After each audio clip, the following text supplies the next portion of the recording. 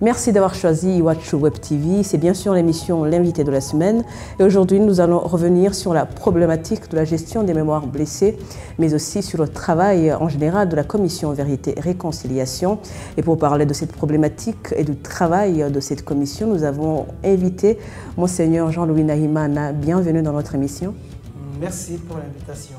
Je rappelle que vous êtes le président de la Commission Vérité et Réconciliation. Et qui est là depuis 2 ans presque et demi. 2 ans et 4 mois.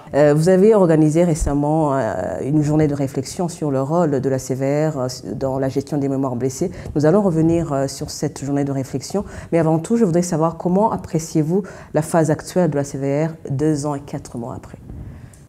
Et nous avons commencé par la phase des dépositions. C'est une étape cruciale. Le dessin préalable pour le travail de la Commission Vérité et Réconciliation. Parce que comme méthodologie, nous avons opté pour le point de départ de partir des faits et pas des ressentis des personnes. Nous voulons d'abord savoir qu'est-ce qui s'est passé. Nous avons essayé de distinguer quelques séquences historiques où le Burundi a connu des violations massives des droits de l'homme et du droit international humanitaire. Alors, pendant cette phase, nous avons déployé beaucoup de gens dans le pays, colline par colline, pour que nous essayions de mettre en exergue ce qui s'est passé réellement. Et au cours de ce travail, il y a 3 volets, d'ailleurs je dirais 4 chantiers, très important. Le premier chantier est de savoir combien de personnes ont été emportées, les personnes assassinées ou les personnes disparues lors de ces périodes difficiles qu'a traversé notre pays. Nous voudrions aussi connaître combien de fosses communes il y a dans le pays. Parce que à entendre ce qui se raconte dans l'opinion, c'est comme si le Burundi était un cimetière qui est là. Vivant. Et à côté de ces 2 chantiers aussi, nous essayons de donner la parole à quelques familles, quelques témoins, pour qu'ils nous racontent le récit de leur souffrance, pour que nous puissions vraiment écouter avec empathie et ne pas continuer la politique de l'autruche, mais nous voudrions vraiment que dans ce pays, les gens sachent qu'il y a des familles qui ont souffert, beaucoup de familles qui ont perdu les leurs, des familles qui ont vécu vraiment des moments tragiques à cause de leurs compatriotes. Donc, nous voulons mettre ça au grand jour. Non pas, pour raviver les rancunes ou remuer les blessures, mais plutôt pour apprendre aux cyniques, parce que je dis bien qu'il y a des personnes cyniques qui peut-être pour ne pas avoir connu ces atrocités qui ont été commises dans ce pays, restent indifférents à la souffrance des autres. Vous venez justement d'évoquer qu'il y a un travail qui est fait pour ne pas raviver les rancœurs, pour ne pas diviser les Burundais. Justement, avec le travail lancé le 27 février dernier, officiellement des travaux d'exhumation des ossements enfouis dans les fosses communes, c'est un travail qui a vraiment suscité une polémique. Et justement, la CVR a été accusée notamment de vouloir diviser les Burundais. Quel est votre avis par rapport à ça? Mais qui sont ces personnes qui racontent ça? Je pense que c'est vrai, les Burundais, nous sommes devenus, je dirais en quelque sorte, un peu paranoïaques. Nous avons peur de regarder en face ce qui s'est passé dans ce pays. Mais moi, je reste convaincu que la seule voie qui va nous aider à sortir de ce bourbier dans lequel nous sommes, c'est effectivement arrêter de nous mentir en nous-mêmes, en essayant de vivre comme si rien ne s'est passé dans ce pays. Donc, je pense que l'opinion, effectivement, est divisée sur ça. Et il y a des personnes qui ne voudraient pas qu'on parle du passé, mais que ces personnes et un peu d'indulgence, parce qu'il y a une autre catégorie de la population qui voudrait connaître la vérité. Et c'est là où je dis qu'il faut éviter certains jeux de mots où des personnes utilisent des euphémismes en essayant d'édulcorer, en disant il faut faire attention. Moi, je pense que c'est vraiment un peu de mépris pour les victimes, pour toutes ces familles qui sont là. Et vous allez voir que ce travail de revivre le passé a un effet thérapeutique. Parce que quelqu'un qui a été blessé, quelqu'un qui toute sa vie a été enfermé dans des traumatismes, pour être libéré, je ne suis pas spécialiste en la matière, mais vous demanderez aux psychologues, aux psychanalystes, des fois il faut avoir le courage d'affronter, s'il faut même rouvrir ce passé, certaines blessures, mais bien sûr à condition que ce travail soit mené avec toute la technicité qu'il faut. Et là, je vous dirais que le Burundi n'est pas le premier pays à faire ce travail. Nous ne sommes pas les premiers à avoir opté pour la justice transitionnelle. Mais ce qui est important pour moi, c'est plutôt faire ce travail dans le but de guérir, mais pas dans le but de séparer ou alors de profiter de ces tribunes pour se venger, comme certaines personnes ont peur de ça.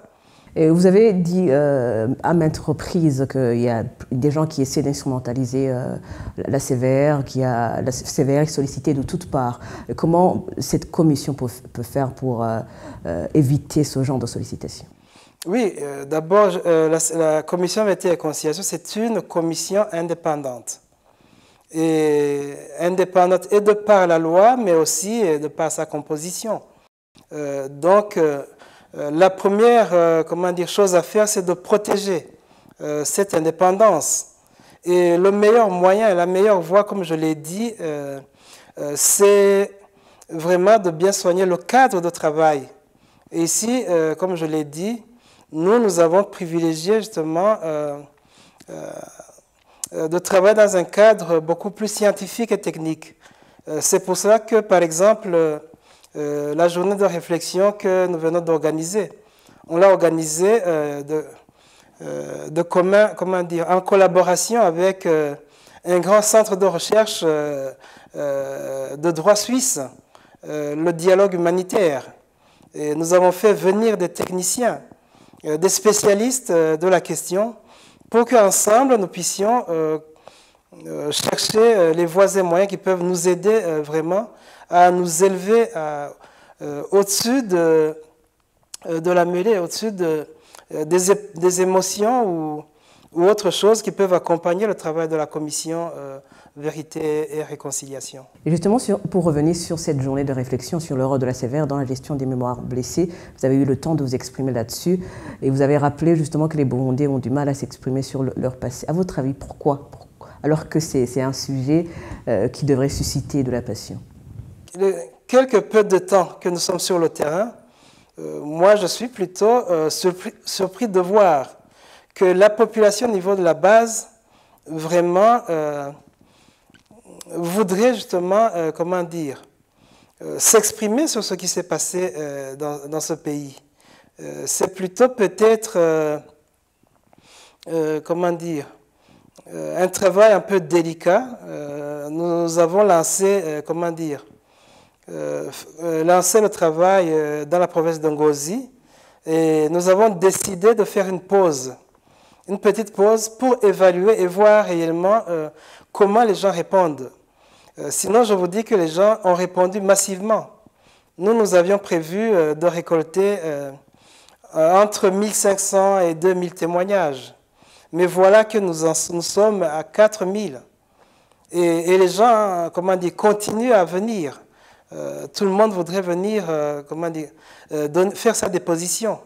Mais, bien sûr, je mets quand même un peu de bémol. Il faut que nous prenions du temps pour vérifier si c'est toutes les catégories de la population qui oui, qui sont représentés, qui sont à l'aise à venir parler, compte tenu du moment que le pays traverse aujourd'hui. Au cours justement de cette journée de réflexion, il a été évoqué les différentes commémorations qui sont faites au Burundi. C'est comme si chez le Burundi, c'est chacun, c'est mort. Quel rôle peut jouer la CVR pour amener les Burundais à commémorer ensemble leur mort? C'est vrai que aujourd'hui, j'ai l'impression qu'il y a une certaine concurrence de commémoration, une concurrence des mémoires. Et au Burundi, vous verrez que nous commémorons tous les mêmes dates, mais avec des interprétations différentes selon les communautés. Donc c'est une situation qui, justement, crée un malaise dans la société. Et c'est une des raisons d'ailleurs qui nous ont poussés à organiser cette journée de réflexion. C'est un grand projet qui ne va pas s'arrêter seulement avec l'atelier que nous venons d'organiser. Parce que nous voudrions, notre désir est vraiment de déconstruire ces mémoires parallèles, ces mémoires controversées, et essayer d'amener, comment dire, le peuple burundais à construire, je dirais, une mémoire collective. Et c'est un travail qui n'est pas du tout facile, surtout dans un pays qui a connu beaucoup de violations massive des droits de l'homme, mais surtout un pays qui a connu des guerres fratricides. C'est pas toujours facile, c'est un travail de longue haleine, mais au moins, si les Burundais, nous pouvions au moins apprendre à écouter la souffrance des autres. Parce que le grand problème ici au Burundi, qui fait que toutes les 10 années, le pays replonge dans des crises, dans des hystéries, comment dire, collectives, avec des massacres à grande échelle. C'est parce que les Burundais ne savent pas, comment dire, écouter la souffrance des autres. La tendance aujourd'hui est de s'enfermer dans sa souffrance et l'instrumentaliser contre les autres. Et ce que nous sommes en train de faire justement, c'est de créer cet espace où les gens peuvent se parler, les gens peuvent échanger sur ce qu'ils ont vécu, et en essayant vraiment de faire comprendre aux gens que d'abord le mal, la responsabilité dans le mal est d'abord individuelle. Jusqu'à présent, on a toujours globalisé, on s'est toujours caché derrière les catégories de son appartenance. Et malheureusement, en devenant complice avec les bourreaux, parce qu'il ne faut pas le nier, dans ce pays, il y a eu des bouchers qui ont massacré les gens. Mais malheureusement, des bouchers qui sont très subtils, qui ont réussi à s'entourer des personnes de leur clan, de leur ethnie, pour, comment dire, justifier leur acte ignoble. Et oui, Monseigneur Jean-Louis Nahimana, avant de terminer cette émission, si vous aviez un appel à lancer au Burundi, ce serait lequel? Comme je l'ai dit, il est grand temps aujourd'hui que d'abord les Burundais, nous vainquions la peur. Il nous faut vraiment un sursaut de conscience pour que nous puissions affronter ces questions qui fâchent. Mais bien sûr, comme je l'ai dit, dans le but de mettre, comment dire, de juguler ces crises cycliques qui ne cessent, n'arrêtent d'endeuiller notre pays. Et pour cela, il faut avoir le courage d'affronter ce passé. Et je sais que notre passé est très douloureux, mais là aussi, je voudrais quand même lancer un appel à beaucoup de mes compatriotes. Aujourd'hui, nous nous retrouvons en train de défendre, comment dire, des événements dans lesquels nous n'avons aucune responsabilité. Donc, j'invite les Burundais à se désolidariser du mal pour que nous puissions construire un avenir meilleur pour les enfants qui sont en train de naître aujourd'hui, mais aussi pour les générations à venir. Monseigneur Jean-Louis Nahimana, merci de nous avoir reçus. Merci Emeline, pour cette occasion que vous nous donnez de nous adresser à la population, en essayant de faire en sorte justement à mettre fin au mal burundais qui continue à ronger notre pays. En tant que président de la Commission Vérité et Réconciliation, sûrement que nous aurons l'occasion de vous inviter encore une fois pour d'autres questions qui concernent bien sûr cette commission. Et merci à vous, chers fidèles d'Iwachu Web TV, d'avoir suivi cette émission Invité de la semaine. Quant à moi, j'aurai le plaisir de vous retrouver pour un prochain numéro.